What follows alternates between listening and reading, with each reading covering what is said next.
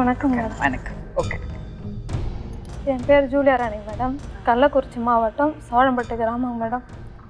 எங்கள் வீட்டுக்காரங்க மேடம் இந்த குழந்தை அவங்களுக்கு பிறக்கவே இல்லைன்னு சொல்லி ரொம்ப பிரச்சனை பண்ணுறாங்க மேடம்.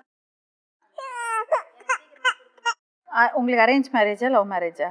இது லவ்வும் இல்லை அரேஞ்ச் மேரேஜும் இல்லைங்க மேடம். ஒரு வார பழக்கத்தில் நான் போயிட்டு அவங்க ஒரு வார பழக்கத்தில் எப்படி பழக்கம்? நான் கடையில் வேலை செஞ்சுட்டு இருந்தேங்க மேடம். உடம்பு சரியில்லைன்னு சொல்லிட்டு ஒரு வாரம் ரெஸ்ட் எடுத்துருவா ஜூலின்னு சொல்லி கடையில் சொன்னாங்க. அப்போ நாங்கள் வீட்டில் இருந்தேன். எங்கள் அம்மா எங்களுக்கு 2 ஏக்கர் விவசாயம் இருக்குன்னு வச்சிங்களேன், அங்கே கொல்லிக்கு போயிடுவாங்க. நான் வீட்டில் இருக்கக்குள்ளே எனக்கு வேறு இடத்துல ஆல்ரெடி அம்மா மேரேஜ் பண்ணுறதுக்கு மாப்பிள்ளை வீடு எல்லாம் வந்து பார்த்துட்டு போயிட்டாங்க. அப்போ என்ன வயசு உங்களுக்கு? 25ங்க மேம். நாங்கள் வீட்டில் நான் இருக்கக்குள்ளே எங்கள் வீட்டிலேருந்து 3வது வீடு தாங்க மேம் எங்கள் வீட்டுக்காரங்களுடைய அக்கா வீடு.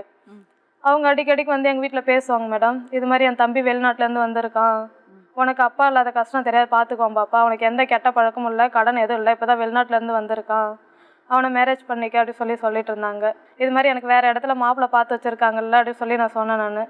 நாங்கள் அம்மாட்ட பேசி பார்க்குறோம், அம்மாலாம் ஒத்துக்கிட்டா நீ கல்யாணம் பண்ணிக்கிறேன். சரி அம்மா ஒத்துக்கிட்டா நான் கல்யாணம் பண்ணிக்கிறேன். அவரை பார்க்க கூட இல்லை. எங்கள் கிறிஸ்டின் இதில் வந்து சர்ச்சில் பாட்டு கிளாஸ் பாடுவாங்க. நான் அந்த கொயர் கிளாஸில் இருந்தாங்க மேம். நான் கிறிஸ்மஸ்க்கு இந்த பாட்டு பாடுற டைமில் அங்கேயும் போயிட்டு வருவேன். அப்போ ஒரே டைம் அவங்க அக்கா வீட்டில் அவங்க வெளியே நின்றுட்டுருக்குள்ள நான் பார்த்தேங்க மேம். ஃபோனில் ஒரு 2 வாட்டி பேசினேன் மேம். இடையில இவங்க பேச வச்சாங்க. புதுசாக நம்பர் வந்தோடனே நான் யார் நீங்கள் வந்து நான் இது மாதிரி நான் தான் மேரி அவங்க தம்பி பேசுகிறேன் அப்படி சொல்லி எங்கள் வீட்டுக்காரங்க என்கிட்ட சொன்னாங்க. உங்கள் வீட்டுக்கார பேர்? அருள் ஜோசப்.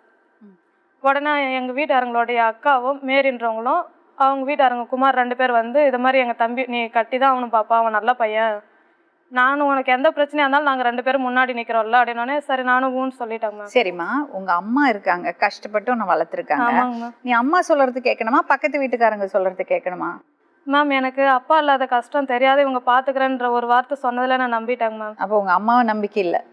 அந்த தப்பால தாங்க மேம் நான் இங்கே வந்து உட்காந்துருக்கேனே. அவங்க வந்து பொண்ணு கேட்டாங்களா? எங்கள் அம்மா அவங்க அந்த மேரின்றவங்க வந்து கேட்டாங்க.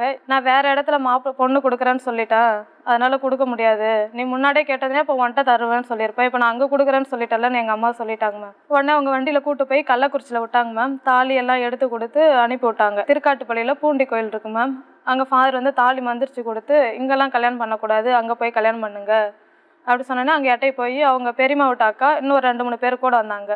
மேரேஜ் பண்ணிட்டாங்க மேம். எங்கள் அம்மா அன்றைக்கி ஈவினிங்கே போய் அவங்கள்ட்ட வீட்டில் பார்த்தா நான் ஆள் இல்லை. எங்கள் அம்மா உடனே கொல்லிலேருந்து எடுத்து வந்த பையை வச்சுட்டு போய் கேட்டாங்க அவங்கக்கிட்ட, இது மாதிரி எங்கள் பாப்பா உன்ட்ட தான் மாரி பேசிகிட்டு இருந்ததான், உன்னை தெரியாமல் எங்கேயும் போயிருக்காது, எங்கே எங்கள் பாப்பான்னதுக்கு